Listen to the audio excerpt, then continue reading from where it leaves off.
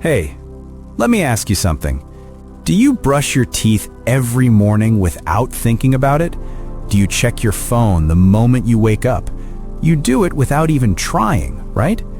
That is called a habit. And today, we're going to talk about how to make speaking English feel exactly like that. Welcome back to the podcast, everyone. I am Sophia, and I am here with David as always. And if you are new here, this is the place where we help you learn English in the most simple and real way possible. No textbooks, no boring grammar rules, just real conversations like this one. That is right. And today is honestly one of my favorite topics because this one thing changed everything for so many learners. We are talking about making English a habit, not just studying it, not just watching videos once in a while, but actually making it a part of your daily life. And before we get into it, I just want to say something to anyone who is listening right now and feeling like English is just too hard. Maybe you've been trying for months or even years and you still feel stuck. I want you to hear this. You are not the problem. The method is the problem. Exactly. Most people learn English the wrong way.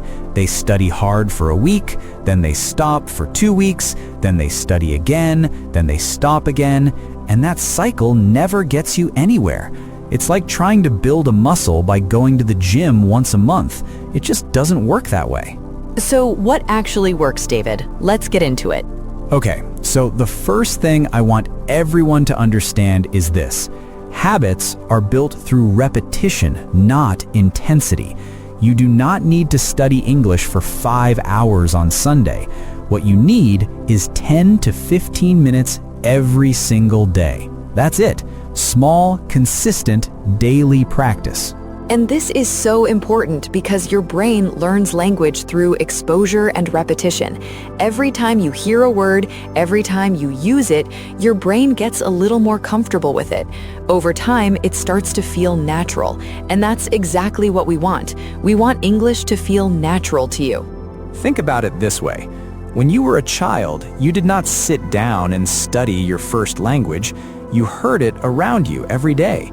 You tried to say things, you made mistakes, and slowly, without even realizing it, you became fluent. English works the same way. And I know what some of you are thinking right now. You're thinking, but Sophia, I'm not a child anymore. Learning is harder now. And yes, you are right that children pick up languages quickly, but adults have something children do not have. Adults have focus, discipline, and the ability to choose.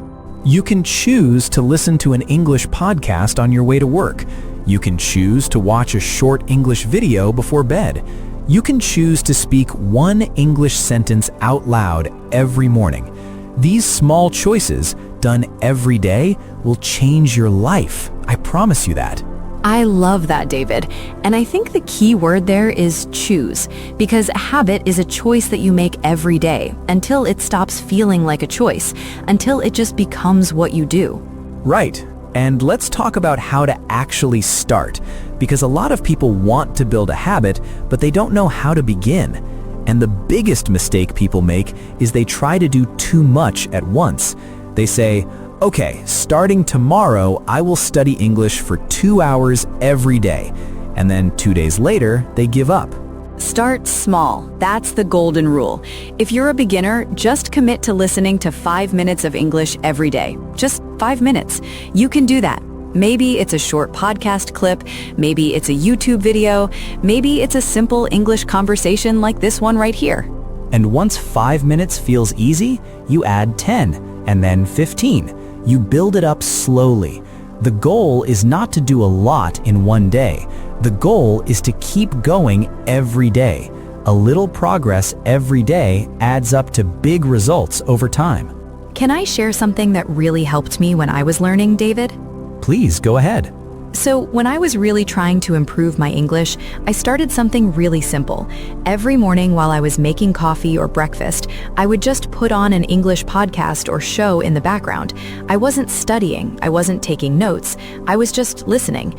And after a few weeks, I started noticing that certain phrases were just coming to me automatically, without thinking. That's passive listening, and it's incredibly powerful. Your brain is absorbing language even when you're not actively trying to study. So if you can add English to your environment, your surroundings, the things you already see and hear every day, you're building a habit without it feeling like work. Exactly. Change your phone language to English. Follow English accounts on social media. Watch your favorite shows with English subtitles. Make English a part of the world around you, and your brain will start picking it up naturally. And remember, the goal right now is not perfection. The goal is consistency. You're going to make mistakes. You're going to forget words. You're going to have days where you feel like you're not improving. That's completely normal. That's part of the process. I want to talk about something that not many people talk about, and that is the emotional side of learning English. Because it is not just about grammar and vocabulary. It is also about confidence.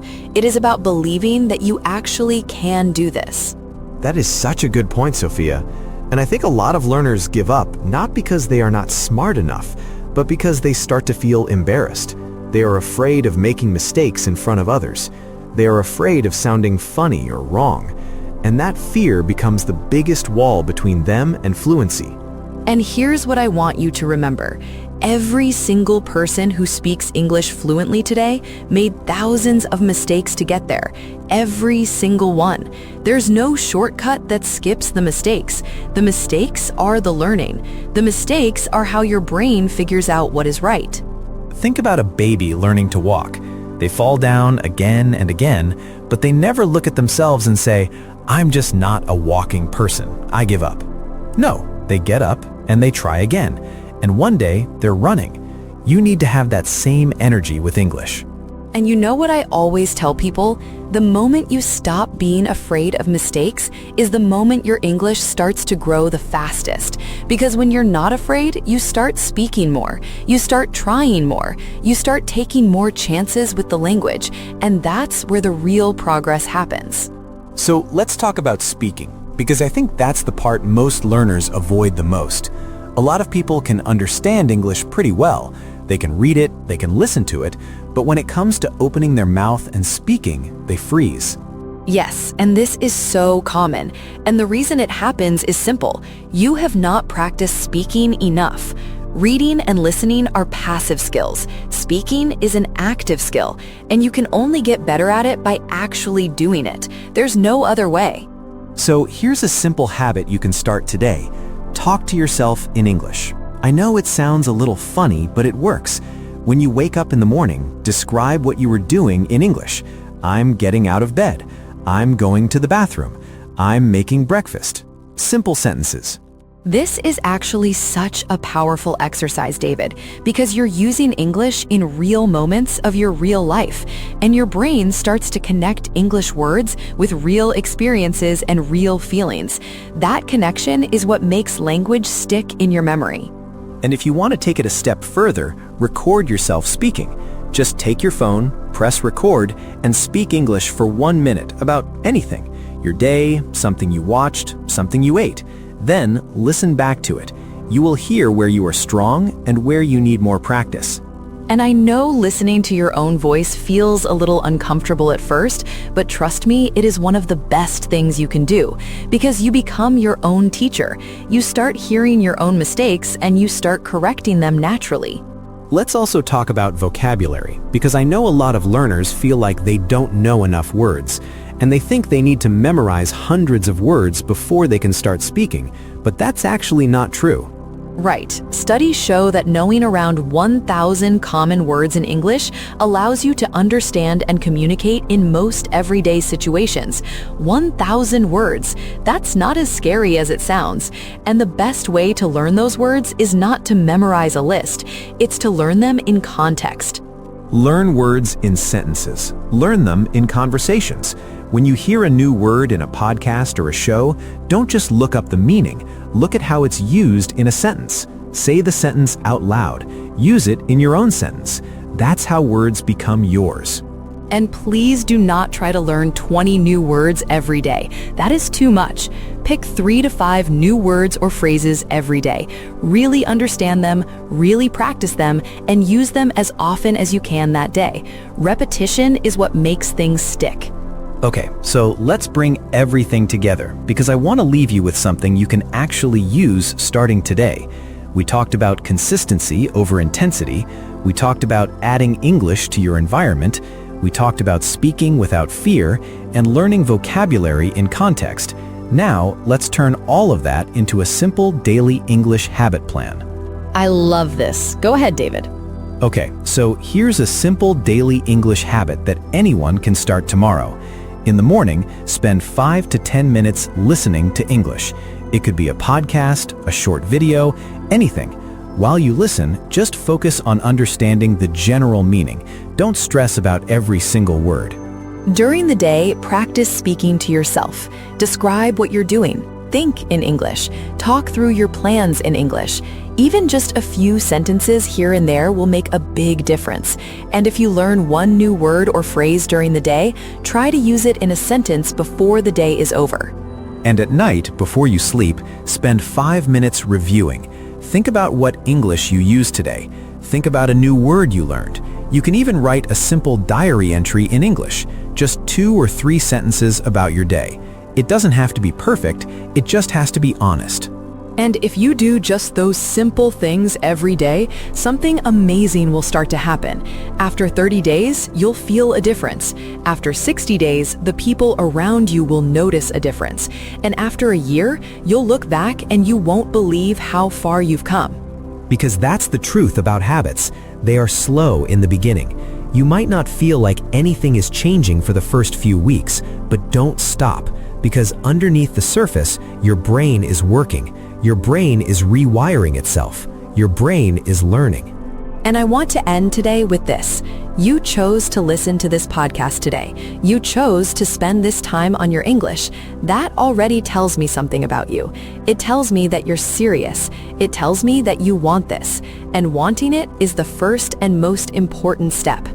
You don't need to be perfect. You don't need to be ready. You just need to start. Start today. Start small. Start messy if you have to, but start. Because every expert was once a beginner, and every fluent English speaker was once exactly where you are right now. Thank you so much for listening today, everyone. If this episode helped you even a little bit, please share it with someone who's also learning English. You never know whose life you might change by sharing something like this. We'll see you in the next episode. Take care of yourselves, keep practicing, and remember, every sentence you speak brings you one step closer to where you want to be. Goodbye for now. Goodbye, everyone.